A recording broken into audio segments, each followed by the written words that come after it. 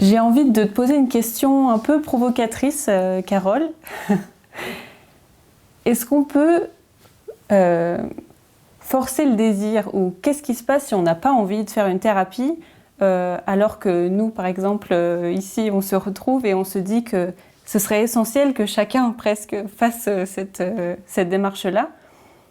Qu'est-ce qui se passe quand le désir n'est pas là?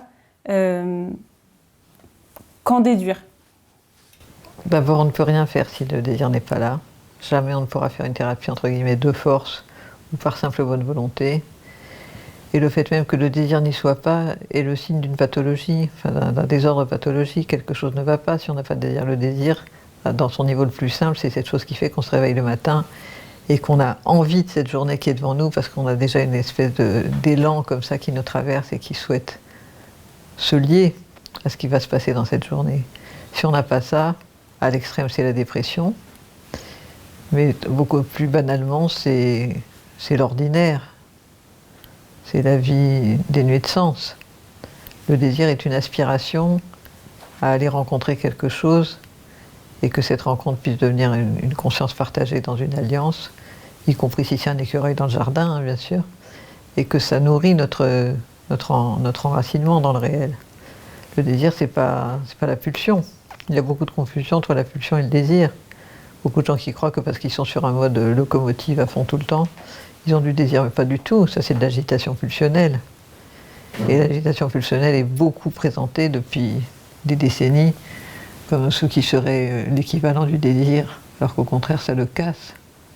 C'est l'énergie de l'abus, hein, par exemple.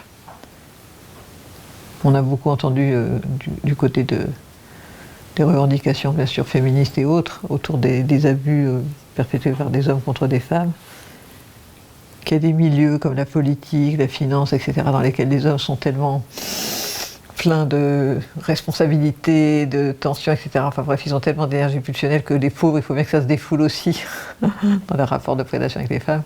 Évidemment, c'est une imposture. Le désir est toujours en rapport avec l'altérité, avec la conscience, avec l'éthique. Donc dès qu'il y a abus, on n'est pas dans le désir. Et si on revient à cette idée d'avoir le désir de prendre soin de soi, puisque ce projet s'appelle La science de soi, et que je pense par exemple aux auditeurs ou aux auditrices qui vont nous écouter et qui, par exemple, se disent que telle ou telle personne aurait vraiment besoin de faire ce genre de travail, mais qui sentent bien que ce désir-là n'est pas là. Qu'est-ce qu'on pourrait leur conseiller? À ceux qui n'ont pas de désir ou à ceux qui voudraient que les autres en aient? Aux deux. On parlait dans un autre entretien de séparation. Voilà, c'est de ne pas se confondre avec le projet de l'autre, y compris son absence de projet. Quelqu'un qui n'a pas de désir, on peut ne pas faire semblant qu'il en ait. Déjà, ça nettoie le contexte. Quelqu'un qui est complètement agité par la pulsion ou complètement démotivé par l'absence de pulsion, c'est nommer les choses pour ce qu'elles sont.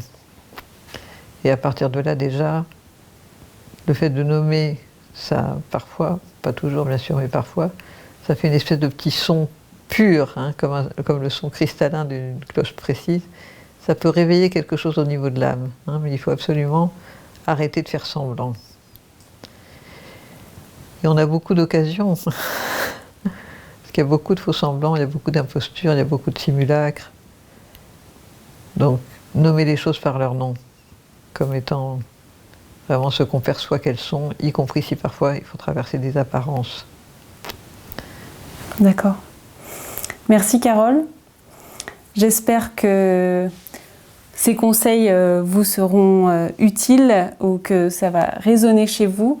N'hésitez pas à nous faire vos retours ou bien à partager cette vidéo sur le désir et même le désir d'entamer un travail thérapeutique. Et on se retrouve très bientôt.